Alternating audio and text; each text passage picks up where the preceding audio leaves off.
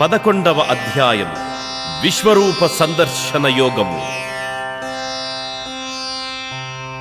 వినిపించు ప్రాణుల వివరాల గూర్చి కనికరించి తెలుపు ఆత్మస్వరూపు.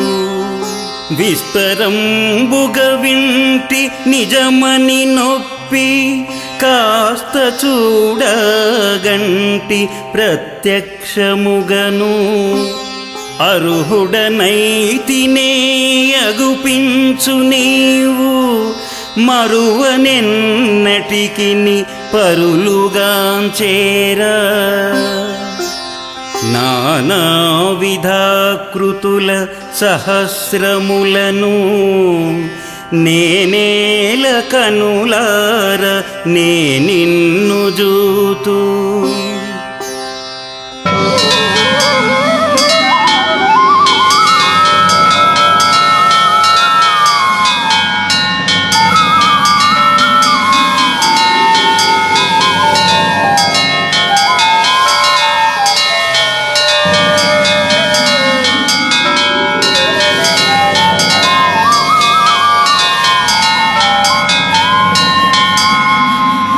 ప్రభో కృష్ణ, మది నిండెనే చూడ మరువకున్నాను.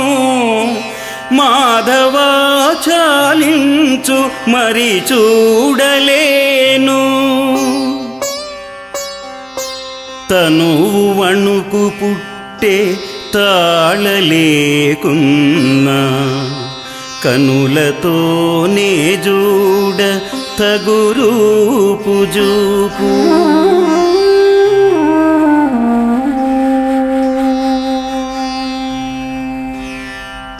ఈ చర్మచక్షువులతో చూడలేకున్నా నీకు జ్ఞాననేత్రాన్ని నొసంగుచున్నాను.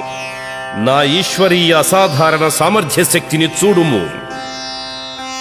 సంజయుడు పలికెను, ఓ ధృతరాష్ట్ర, మహాయోగేశ్వర నారాయణుడు ఈ తీరుగా పలికి తదుపరి అర్జునునకు తన విశ్వరూపాన్ని చూపెను.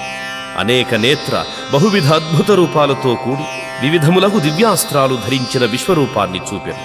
కోటి సూర్య ప్రభను ఏకకాలమును ఆ కాంతి విశ్వరూప ప్రభకు సాటిరాదు. అప్పుడు నానా రూపాలుగా విభజింపబడి విశ్వమంతటినీ ఏకరూపునిగా ఒక్కచోట చూచెను.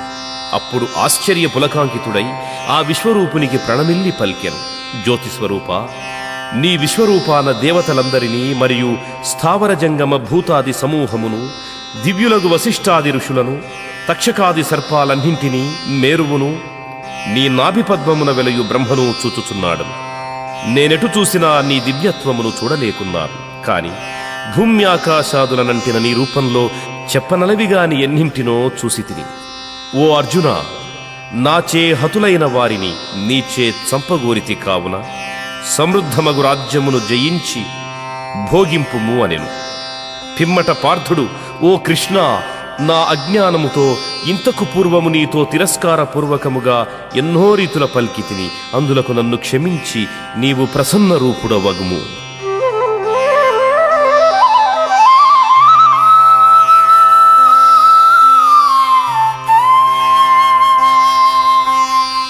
కనజూచినంతనే సంతృప్తి నుండి వినగోరినంతనే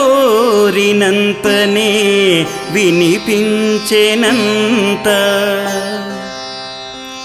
అర్జున, నా స్వరూపములోన సర్వంబు నెరుగు. యా స్వరూపంబును గనరు దేవతలు. తపసు యజ్ఞంబుచే నన్ను దెల్వలేరు. నుపముందియే నన్ను చూడనే గనుము. ఆ